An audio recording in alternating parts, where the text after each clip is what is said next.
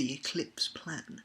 That's a chapter title we've been wanting to see for a little while. Fairy Tail 302 is out, and I'm finally getting around to reviewing it. I'm at uni, I'm in desperate need of a shave, and I'm still having time to read manga, so I'm very happy. So let's get started. It starts off with where we left off. Arcadius and Yukino have just approached Natsu and the others in the Dragon Graveyard.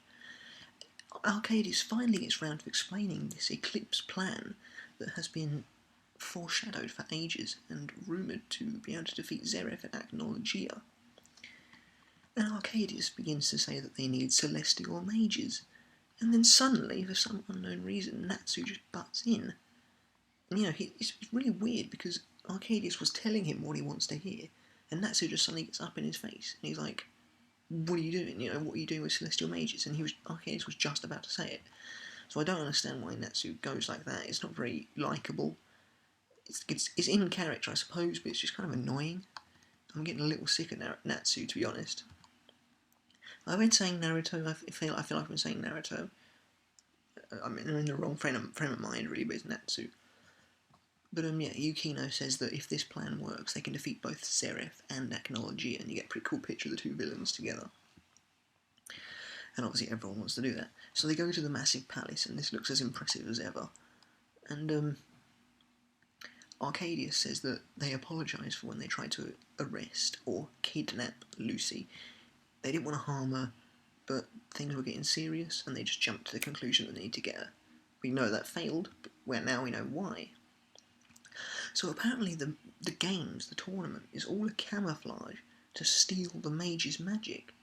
And so it's a pretty dirty plan, but apparently it's for the sake of defeating Zeref, so really you can sort of overlook it a little bit. So the gates of Eclipse, which we get to see again, Arcadius says that when it opens, they'll travel back 400 years in time to kill Zeref before he becomes immortal. And they need the 12 celestial keys to do it. And this is the Eclipse Plan. So, everyone's understandably pretty shocked. And Yukino correctly says that the celestial world flows in a different time, and they're going to use that to open the gate. And once again, it's mangakas using different flowing time to help out with the plot. The hyperbolic time chamber in Dragon Ball Z, Dangai Precipice world in Bleach. Now we've got the Eclipse celestial world. But whatever, it's a plot device. So when the moon and the sun intersect on the 7th of July, the date that's been foreshadowed quite a bit, they want to borrow Lucy's power and use it to open the gate. And this is obviously the day their dragons disappeared, so is it a coincidence? Suddenly, however, guards appear and put them under arrest. It's the Imperial Army, who we thought worked for Arcadius. So the Minister of Defence arrives, and he says that that Arcadius should not have leaked this classified information to outsiders. Arcadius says that they should know them, and they need them. But the Minister of Defence says that he's opposed to the plan because it's stupid and they shouldn't mess with time. So they all get arrested, but Natsu tries to use his power to stop the Minister of Defence, and it gets stolen by the Gate of the Eclipse. So did all of Natsu's magic get stolen? Is he a bit like Ichigo now when he loses his powers? Can he not do anything now? Because that's sort of what the Minister of Defence says. He says using magic this close to the Eclipse will only result in it taking it all.